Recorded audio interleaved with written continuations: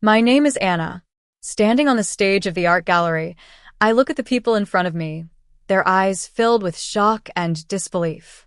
Noah, my once beloved husband, stands there pale and trembling, and his mother, Mrs. Thompson, looks as if she's seen a ghost. The police are approaching Noah, ready to put the handcuffs on him. At this moment, a wave of liberation washes over me, but it also brings back a flood of memories. A few months ago, I was a happy woman. I was married to Noah, a well-known architect, and we lived in a cozy suburban house. Noah's mother, Mrs. Thompson, was a traditional and status-conscious woman. She always cared about how the family was perceived in society. Noah and I had been trying to have a baby for years. The pressure from Mrs. Thompson at family gatherings was almost unbearable. She would say things like, "When are you two going to give me a grandchild? It's time to carry on the family name." One day, I took a pregnancy test. Sitting in my car, my fingers trembled on the steering wheel as I stared at the 2 pink lines on the test. It was a dream come true after 4 long years of waiting and disappointment. I was overjoyed, imagining Noah's happy face when he saw the picture.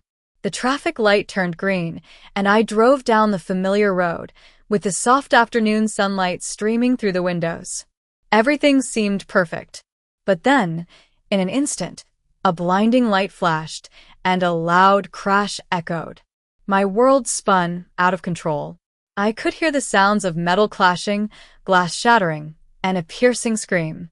In the chaos, my only thought was to protect the phone with the pregnancy test picture. Noah had to see it. When I woke up in the hospital, the first thing I saw was Noah sitting beside my bed. His hair was messy, his clothes were wrinkled, and there were dark circles under his eyes. But when I asked about the baby, his response chilled me to the bone. "I'm sorry, Anna." The doctors did everything they could. His voice trembled, not from sadness, but from something else. Mrs. Thompson came to the hospital later. She brought homemade food and books about recovery. But her real concern was about my appearance. Noah said the doctor mentioned some cosmetic surgery options. "Have you thought about it?" she asked casually. I knew she only cared about how my disfigured face would affect Noah's image and his career. When I got home, the house that we once decorated together felt cold and unfamiliar. Noah made me stay in the living room, saying it was better for my recovery. But his tone lacked the warmth it once had. I felt like an unwelcome guest in my own home. One night, I received a message from an unknown number. It was Mr. Harris, the father of the man who caused the accident. He wanted to meet me and apologize. We met at a quiet corner cafe. He showed me some evidence from security cameras. There, in the pictures, was a woman sitting next to the driver. It was Lily, Noah's assistant. Mr. Harris told me that Lily was Noah's mistress. Noah found out about their affair and asked Mr. Harris's son, Tom, to follow her and apply pressure to keep her silent. But Tom was drunk and mistook my car for Lily's. That's how the accident happened. I was just an unlucky victim of Noah's scheme. Mr.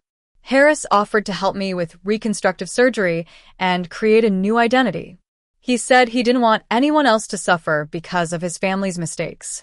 I agreed and decided to become Mia, a new artist. I prepared for my art exhibition.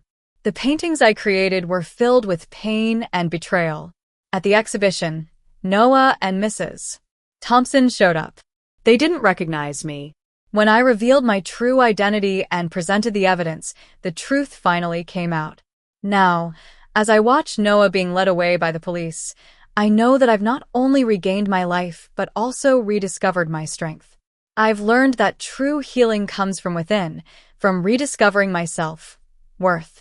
With Colton, my new friend and the gallery owner, by my side, I'm ready to paint a bright future.